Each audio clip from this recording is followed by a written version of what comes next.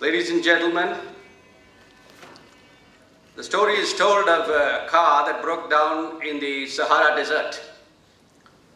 And somehow the owner of the car managed to get a message across to a mechanic. And the mechanic came over and took a spanner and gave a knock on the bonnet of the car, and the car chugged to life. The owner of the car was very relieved and asked him, "What's your bill?" So he said, $100. The owner said, $100 for a knock on the bonnet of my car? He said, it's $1 for the knock, $99 for knowing where to knock. So I'm here to tell you about a little knock, a small concept that will enhance leadership across all domains, and also which will enhance multiple quotients. Men from time to time have been splicing intelligence beyond recognition. Sometimes they talk about social intelligence, at other times about emotional intelligence, and then spiritual intelligence. But the reality is that in leadership, as Mr. Ramkumar very eloquently said, you need to press the button on different quotients at different times. You need a combination of firmness and meekness, as personified in some of the icons of Indian industry like Mr. Narayana Murthy.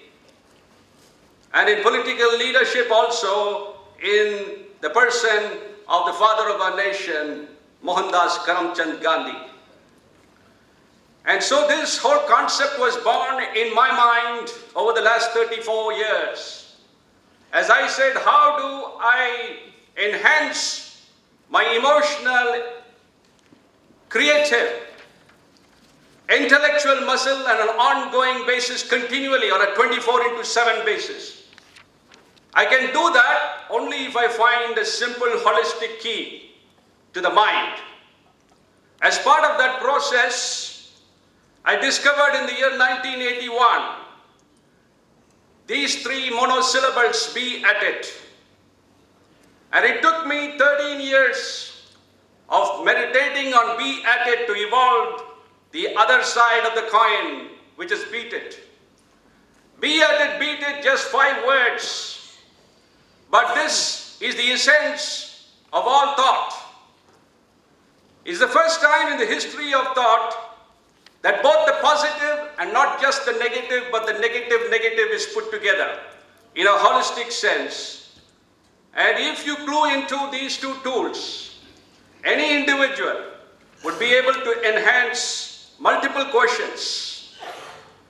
The equation for EQ thinking, ladies and gentlemen, is high Q or high quality is equal to EQ plus IQ plus SQ plus PQ, a lot of Qs.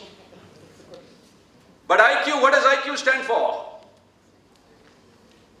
What is it? Intelligence. No, not intelligence quotient. That is passé, that is constant by the age of 80. It is imagination quotient. That is why Einstein said, it is my ability to fantasize that I value more than my ability to reason. So emotional quotient alone is not just the heart of leadership, but IQ or imagination quotient is the mind of leadership. The need to envisage a future that does not exist. Today we need a lot of imagination, as I wrote in one of my Philippisms. Not a pun on my surname, but FILLIPISM, a motivational truth. We need a lot of imagination to transform our nation. We need leaders with imagination who can see that every Indian has a shirt on his back and not just take off his shirt as the father of the nation did in those times. EQ is emotional quotient, SQ is spiritual quotient, knowing the big picture and our role in it, our contribution in it. Mr. Ramkumar rightly demystified leadership. I'm also in this business of demystifying things. And that is why, as a police leader, I said to create change in the police, I need to bridge the gulf between the police and the public for whom the police exists. And as I creatively question myself, I call it creative questioning. Any fool can do creative questioning. Keep asking yourself, how do I find a solution? The mind will lead you to the solution. And suddenly, like a flash in the pan, as I sat in my first district, enjoying the comforts of my bungalow, friends of police, FOP, I said, wow, that's Eureka. It sums up all that the public need to be to the police and all that the police need to be to the public. And it will bridge the emotional gulf of hostility that exists between the police and the people, which makes it dysfunctional for the police and disempowers the public. So EQ thinking is the world's first ATM. What is ATM? ATM. What is ATM? Anytime imagination. There is no I in it. It's a good try. Anytime meditation, anytime motivation. We are all in this anytime mode. Any individual and all of us should be equipped to enhance our EQ, SQ, IQ and PQ. PQ is persistence quotient.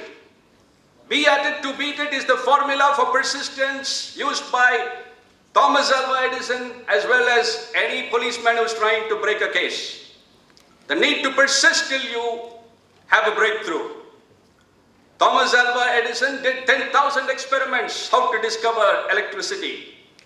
And when somebody mocked at him, he said, 9,999 times I discovered how not to discover electricity, and the 10,000th time I did. You and I do not discover things because we have not upped our persistence quotient.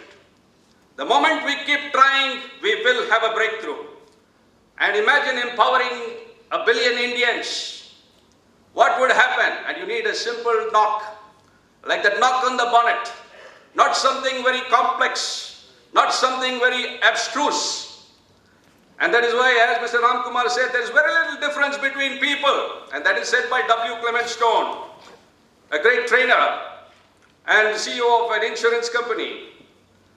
But that little difference makes a big difference. That is the leadership difference. The little difference is attitude. The big difference is whether it is positive or negative. But the entire genre of positive thinking falls short because positive thinking is only one half of the truth, though it is not a half truth. You catch the nuance. It is not a half truth, it is not a lie, but it is only one half of the truth. So which grows faster in the garden? Is it the seed that we planted or the weeds that we did not plant? Which grows faster? Some of you must be doing a lot of gardening. The weeds, similarly in the weeds of leadership grow, that there is a need to give equal attention to developing the strengths, which is currently the only focus of Western-led thought on leadership. Today, this summit will create a new path by saying that it is equally important to factor in the negative. And you do it with these two simple tools: be at it, beat it. Be at it means be positive continually. Beat it means beat negative continually. How can you do two things continually? What is the one thing that we do right from birth till death? All of us. Breathing. And how does breathing take place? Be at it, beat it is the underlying code of breathing itself. You breathe in oxygen. All of you do just breathe in some oxygen. Not as if you haven't been breathing before.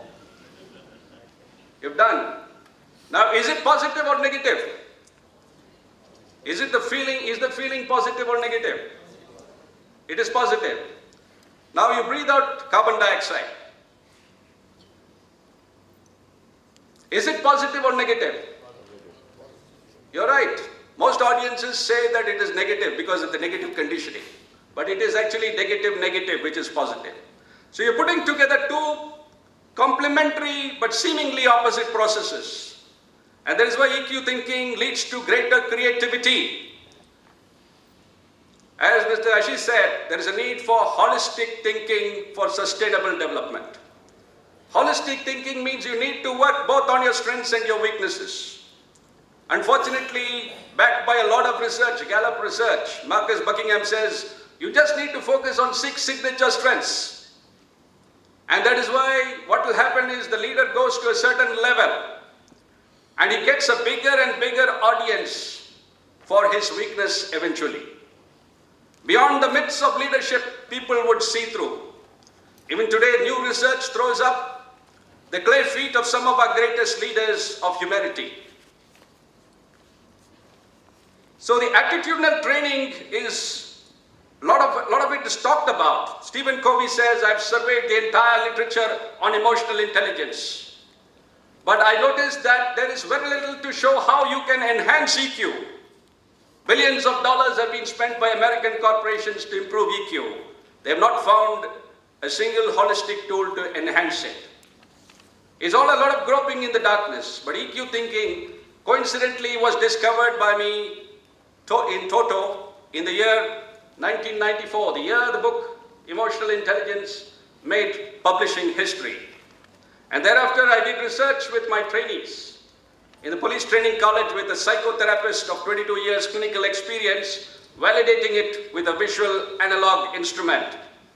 And 147 women sub-inspectors, they improved on various parameters of leadership, like endurance, motivation, calmness levels, from the level of 67 to 90%.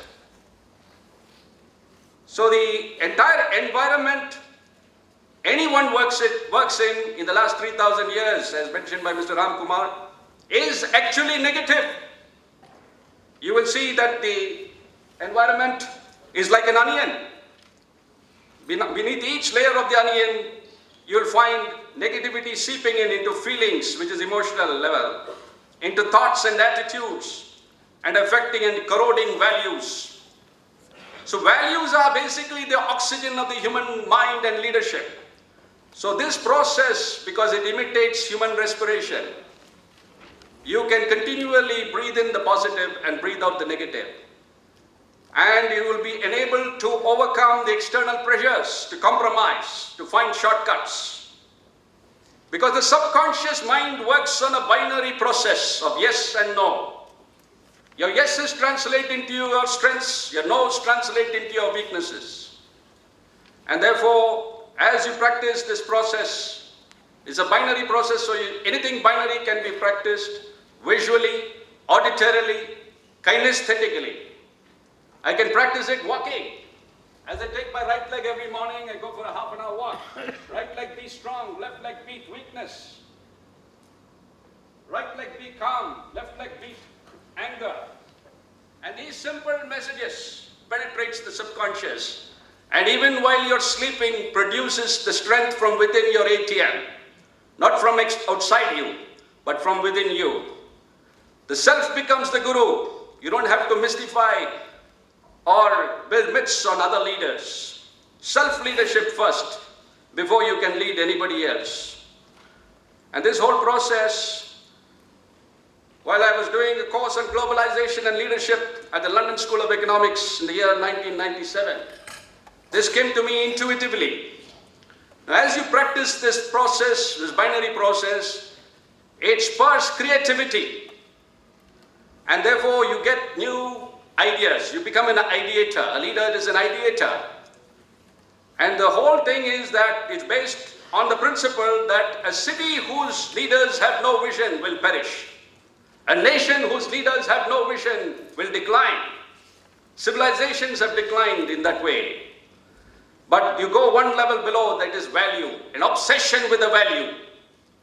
As a young student, I realized that the lowest common denominator of all the biographies that I read, biographies have their use, not in glorifying them, but to find out what is that 1 percentile difference between them and us. That very small marginal difference that made them what they were. They might have had their clay feet, but what was that difference? That LCM I discovered was that every one of them was obsessed with an idea or an idea. They breathed it, they ate it, they slept it, they walked it. And therefore, I had to create a human technology, that is be at it, beat it, EQ thinking for short, by which you can imitate that process. You take one aspect, it could be calmness, be calm, beat anger. Practice it over 21 days visually. Visualize when you say be calm to yourself. It is transforming yourself through your self-talk. Shad Helmstetter, who has devoted his entire life to the study of self-talk, said that the more precise the self-talk is, the more effective is the change. The more enduring is the change. And it cannot be more precise than be based on this source code. Be at it, beat it. Now it has been taught to corporates, it has been taught to management professors, teachers, management students, housewives, villagers in 37,000 social justice tea parties that I started as IG social justice. And these villagers could understand this concept. And they sent in feedback that this has changed our family life. I taught the entire staff of an entire hospital, Sundaram Hospital in Chennai. When I did a workshop for just 100 of a sales team, all of them mostly MBAs, in Karvi, a hardcore blue chip company, I didn't expect there would be dramatic change. Those were the early days, sometime like 2002 when I did this workshop. And I gave them all a CD, a copy of my CD I would be able to give to Mr. Ashish, who could then pass it on to others. And so this CD was given to reinforce the learning. Just an hour session, something like this. It can be taught in 15 minutes and can be practiced for the rest of lifetime. And after 3 months, when the vice president should have forgotten this, because all training has a honeymoon effect, as all of us know. We tend to return to ground zero within a short while after the hype. But after 3 months, it is there on my website, www.eqthinking.com. He said, you have a winner of a program that produces winners. He said, our total sales improved in the same market conditions without any sales incentive, without any advertising campaign, or any other factor he ruled out.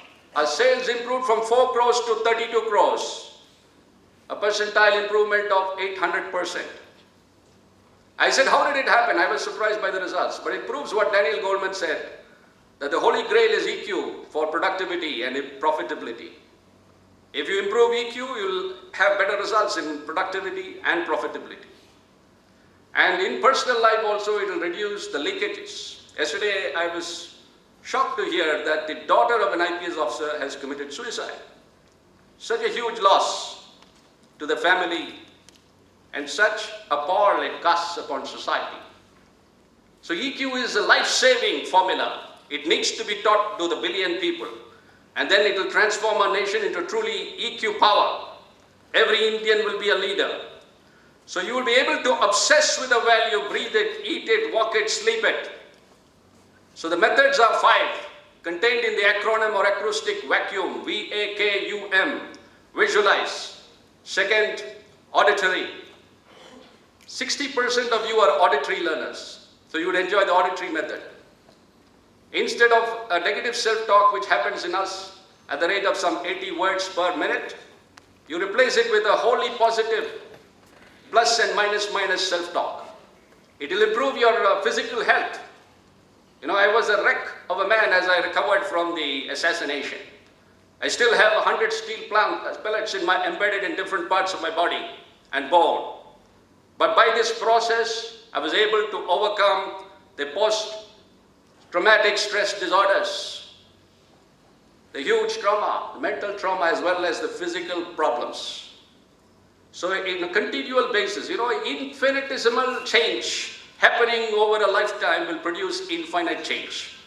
So in days to come, as you apply this technology, you will find leaders not just having a 1% difference, but a much larger difference between them and those who do not practice. I once again thank Mr. Ashish and the other office bearers for having given me this wild card entry. I'm a dark horse.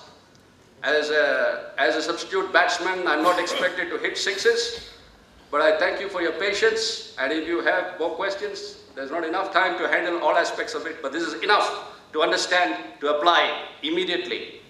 When can you start practicing this process? This is the last diagnostic question which I ask every audience.